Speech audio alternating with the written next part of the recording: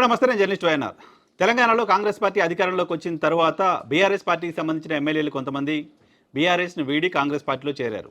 10 మంది బీఆర్ఎస్ పార్టీకి సంబంధించిన ఎమ్మెల్యేలు కాంగ్రెస్ కండువా కప్పుకున్నారు. కాంగ్రెస్ పార్టీలో చేరుతున్నట్లు ప్రకటించారు. కాంగ్రెస్ పార్టీలో చేరికకు సంబంధించి సంబరాలు కూడా చేసుకున్నారు.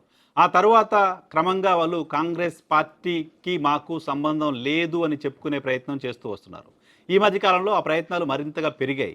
దానికి కారణం ఏంటో తెలియదు కానీ ఈ ఎమ్మెల్యేలంతా మేమిప్పుడు బీఆర్ఎస్సా, కాంగ్రెసా వాళ్ళకి వాళ్ళే అర్థం కాని పరిస్థితిలోకి వెళ్ళిపోయారు. సో బీఆర్ఎస్ పార్టీ గతంలో 10 ఏళ్ళు అధికారంలో ఉన్న సందర్భంలో కాంగ్రెస్ పార్టీకి సంబంధించిన ఎమ్మెల్యేలు బీఆర్ఎస్ పార్టీలో చేరారు. ఆ సమయంలో కూడా కాంగ్రెస్ పార్టీకి సంబంధించిన నాయకులు బీఆర్ఎస్ పార్టీ ఎమ్మెల్యేలను బెదిరించింది, ప్రలోభపెట్టింది అంటూ రకరకాల మాటలు మాట్లాడుతూ వచ్చారు. సో ఇప్పుడు బీఆర్ఎస్ పార్టీ మాత్రం పార్టీ మారిన ఎమ్మెల్యేలపైన లీగల్ ఫైట్కి సిద్ధమైంది. లీగల్ ఫైట్ చాలా సీరియస్గా చేస్తోంది. ప్రస్తుతం సుప్రీంకోర్టులో కేసు ఉంది. మార్చి 4న ఈ అంశంపైన కీలకమైన తీర్పు రాబోతుంది లాంటి చర్చ జరుగుతోంది.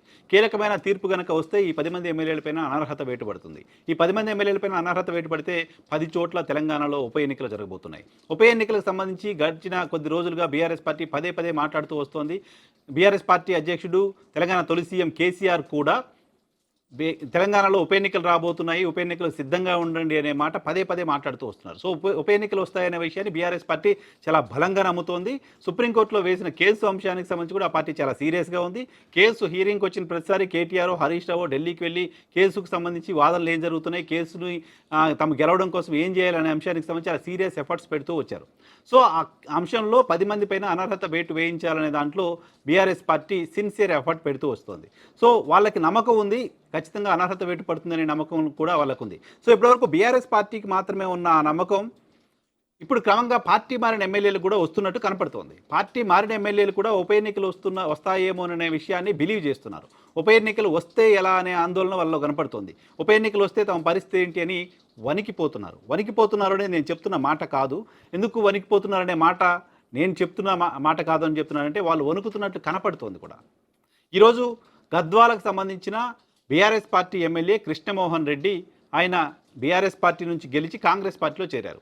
ఆయన ఈరోజు ఒక పోలీస్ స్టేషన్లో కంప్లైంట్ ఇచ్చారు. ఆయన ఏమని, తనకు తెలియకుండా తన ఫోటోల్ని కాంగ్రెస్ పార్టీకి సంబంధించిన నాయకులు ఫ్లెక్సీల్లో పెట్టుకుంటున్నారు, కాబట్టి వాళ్ళపైన చర్యలు తీసుకోండి అంటూ పోలీస్ స్టేషన్లో కంప్లైంట్ ఇచ్చారు.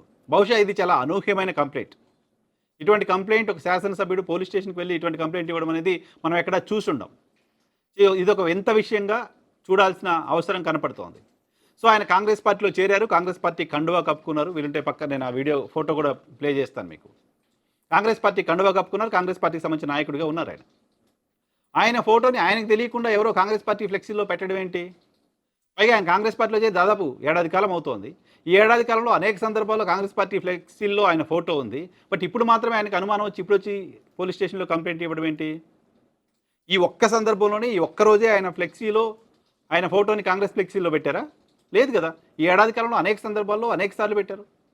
అప్పుడెప్పుడు లేని బాధ, అప్పుడెప్పుడు తనకు తెలియకుండా ఫోటో పెట్టారనే ఆలోచన ఇప్పుడు ఎందుకు వచ్చింది కృష్ణమోహన్ రెడ్డికి అంటే, ఇప్పుడు ఉప ఎన్నికలు వస్తాయనే భయం పట్టుకుంది. ఉప ఎన్నికలు వస్తే ఎలా అనే ఆందోళన వల్ల కనపడుతోంది. ఇంతోపాటు మరో MLA Pocharam Srinivasa Reddy, senior politician, మాజీ స్పీకర్. సో ఆయన ఇటీవల ముఖ్యమంత్రి రేవంత్ రెడ్డి నిజామాబాద్ జిల్లాకి వెళ్ళి ఎమ్మెల్సీ ఎన్నికల క్యాంపెయిన్లో పార్టిసిపేట్ చేస్తే ఆ మీటింగ్ కూడా అటెండ్ అవ్వలేదు ఆయన. అంతకుముందు కాంగ్రెస్ పార్టీ కార్యక్రమంలో పార్టిసిపేట్ చేశారు, కాంగ్రెస్ పార్టీలో చేరారు. నేను కాంగ్రెస్ పార్టీ నుంచి రాజకీయ జీవితాన్ని మొదలుపెట్టారు, మళ్ళీ కాంగ్రెస్ పార్టీలోకి వచ్చాను, చాలా సంతోషంగా ఉంది అంటూ మాట్లాడారు మీడియాతోటి. అటువంటి పోచారం శ్రీనివాసరెడ్డి సాక్షాత్తు ముఖ్యమంత్రి వాళ్ళ సొంత జిల్లాకు వస్తే ఆ కార్యక్రమానికి అటెండ్ కాల. మిగతా ఈ పార్టీ మారిన ఎమ్మెల్యేలంతా కూడా కాంగ్రెస్ పార్టీ కార్యక్రమాల్లో పార్టిసిపేట్ చేయకుండా దూరంగా ఉంటూ వస్తున్నారు. ఏడాది కాలంగా చాలా దగ్గరగా ఉన్నారు. ఈ మధ్యకాలంలో దూరంగా ఉంటూ వస్తున్నారు. ఎందుకు దూరంగా ఉంటున్నారంటే, వీళ్ళు కాంగ్రెస్ పార్టీ కార్యక్రమాల్లో పార్టిసిపేట్ చేస్తున్నారనే విషయం, దానికి సంబంధించిన ఎవిడెన్సు కోర్టుకు గనక వెళ్తే డిస్క్వాలిఫై అయిపోతామేమోననే భయం వాళ్ళని వెంటాడుతోంది. సో ఇప్పటికే చాలా ఎవిడెన్సెస్ అటువంటివి బీఆర్ఎస్ పార్టీ వైపు నుంచి కోర్టుకు సబ్మిట్ చేశారు. సో ఇప్పుడు వీళ్ళు కంప్లైంట్ చేయటం అంటే, మాకు తెలియకుండా కాంగ్రెస్ వాళ్ళు నా ఫోటో వేసుకున్నారు, నాకు తెలియదు, కావాలంటే నేను పోలీస్ స్టేషన్లో కంప్లైంట్ కూడా చేశాను చూడండి అని ఆయన చెప్పడానికి ఒక ఎవిడెన్స్ కోసం పెట్టినట్టు అనిపిస్తోంది. సో ఆ ఎవిడెన్స్ ఓకే. దానం నాగేంద్ర పరిస్థితి ఏంటి? ఆయన బీఆర్ఎస్ పార్టీకి సంబంధించిన ఎమ్మెల్యేగా గెలిచి కాంగ్రెస్ పార్టీలో చేరి కాంగ్రెస్ పార్టీ బీఫామ్ పైన ఎంపీ ఎన్నికల్లో కంటెస్ట్ చేశారు. సో ఇది చాలా పెద్ద ఎవిడెన్స్ కదా. వీళ్ళెవరు తప్పించుకోవడానికి సంబంధించిన ఆస్కారం కనపడట్లేదు. సో, తప్పించుకోవడానికి సంబంధించిన ఆస్కారం డిస్‌క్వాలిఫికేషను చాలా సందర్భాల్లో డిస్‌క్వాలిఫికేషన్స్ అవుతూ ఉంటాయి. మళ్ళీ ఎలక్షన్స్‌కెళ్తూ ఉంటారు. బట్ డిస్‌క్వాలిఫికేషన్ చేసి ఎన్నికలకు వెళ్ళడానికి వీళ్ళకి భయం ఎందుకొస్తోంది? కాంగ్రెస్ పార్టీ చేపడుతున్న అభివృద్ధి సంక్షేమ కార్యక్రమాలను చూసి, నచ్చి కాంగ్రెస్ పార్టీలోకొచ్చామని వీళ్ళంతా పార్టీ మారిన సందర్భంగా చెప్పిన మాటలు.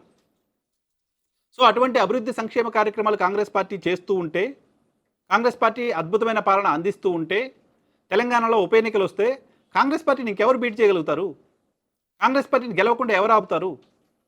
అటువంటి అభివృద్ధి సంక్షేమ కార్యక్రమాలన్నింటినీ అందుకుంటున్న ప్రజలు కాంగ్రెస్ పార్టీకే కదా ఓటేస్తారు. అటువంటప్పుడు ఎన్నికలు ఎప్పుడొచ్చినా వాళ్ళు భయపడాల్సిన అవసరం ఏం లేదు కదా! ఎందుకు భయపడుతున్నారు? అంటే వాళ్ళకి టిక్కెట్లు కూడా వస్తాయా లేదా అనే ఆందోళన ఉన్నట్లుగా అనుచరుల దగ్గర ఓపెన్ అవుతున్నారు. ఎందుకంటే ఈ 10 మంది పార్టీలో చేరిన విషయం రాహుల్ గాంధీ యాక్సెప్టెన్స్‌తో జరిగింది కాదు అనేది కాంగ్రెస్ పార్టీలో ఉన్న చర్చ. కాంగ్రెస్ పార్టీకి సంబంధించిన చాలామంది నాయకులు, రాష్ట్ర నాయకులు ఈ ఎమ్మెల్యేల చేరికను వ్యతిరేకిస్తూ వచ్చారు. కాంగ్రెస్ పార్టీకి సంబంధించిన ముఖ్య నాయకుడిగా ఉన్న జీవన్ రెడ్డి లాంటి వాళ్ళు, చిన్నారెడ్డి లాంటి వాళ్ళు వీళ్ళని చేరికను వ్యతిరేకించారు. వీళ్ళ చేరికకి వ్యతిరేకంగా ఓపెన్‌గానే మాట్లాడుతూ వచ్చారు. 10 ఏళ్ళు కాంగ్రెస్ పార్టీ కార్యకర్తలను వేధించారు, హింసించారు. అటువంటి వాళ్ళని తెచ్చి పార్టీలో ఎలా చేర్చుకుంటారు అంటూ మాట్లాడుతూ వచ్చారు.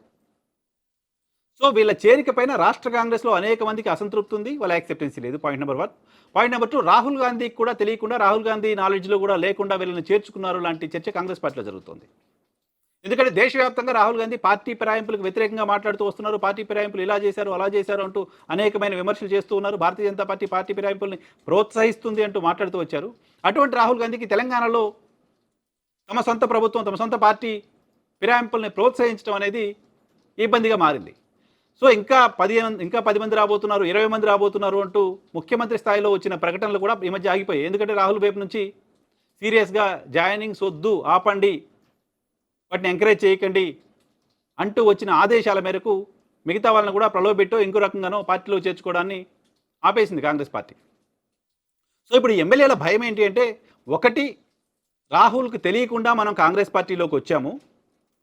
రాహుల్‌కి తెలియకుండా కాంగ్రెస్ పార్టీలోకి వచ్చాం కాబట్టి రేపు పొద్దున ఉప ఎన్నిక అంటూ జరిగితే మనకు అసలు టికెట్లు వస్తాయా రాదా? Point number 1. టికెట్లు వస్తే ఒకవేళ ముఖ్యమంత్రి మనల్ని చేర్చుకున్నారు, ముఖ్యమంత్రి హామీలు ఇచ్చారు, ముఖ్యమంత్రి హోల్ అండ్ సోల్ అనుకుని మన పార్టీలో చేరాం. సరే, ముఖ్యమంత్రి పట్టుబట్టి మనకి టికెట్లు ఇప్పిస్తాడు, ఓకే. ఇస్తే గెలవగలమా? ఇప్పుడున్న పరిస్థితిలో తెలంగాణ రాష్ట్రంలో రేవంత్ రెడ్డి గారి నాయకత్వంలో రేవంత్ రెడ్డి గారి క్యాంపెయిన్ చేయడం ద్వారా మళ్ళీ మనం 10 మంది ఎన్నిక కాగలుగుతామా? కాగలుగుతాము అని తమకు తాము ధైర్యం చెప్పుకునే పరిస్థితులు కూడా ఆ ఎమ్మెల్యేలు ఉన్నట్టు కనపడట్లేదు. కాబట్టి కోర్టుకు దొరకకుండా తప్పించుకునేందుకు సాకులు వెతుక్కుంటూ ఉన్నారు. కోర్టుకు కనపడకుండా ఉండేందుకు తమను తాము హైడ్ చేసుకుంటున్నారు. కోర్టు తమపై అనర్హత వేటు వేయకుండా ఉండేందుకు ఎవిడెన్స్ని సృష్టించుకుంటున్నారు. ఇటువంటి ఎవిడెన్స్ను సృష్టించుకోవడం ద్వారా తమపైన అనర్హత వేటు పడకుండా ఉంటే ఈ 5 ఏళ్ళు కాలం వెళ్ళదీయొచ్చు కదా అని వాళ్ళు భావిస్తున్నారు. సో, ఇది తెలంగాణ రాష్ట్రంలో కాంగ్రెస్ పార్టీ పరిస్థితి ఏంటి అనే దానికి ఒక నిదర్శనంగా కనపడుతుంది. తెలంగాణ రాష్ట్రంలో కాంగ్రెస్ పార్టీ నుంచి పోటీ చేస్తే మళ్ళీ గెలుస్తామనే ధీమా కనుక వాళ్ళకుంటే, గ్యారంటీగా విజయం సాధిస్తామనే ధీమా కనుక వాళ్ళకుంటే నేరుగా ఈరోజు కాంగ్రెస్ పార్టీ కార్యక్రమాల్లో పార్టిసిపేట్ చేసేవాళ్ళు.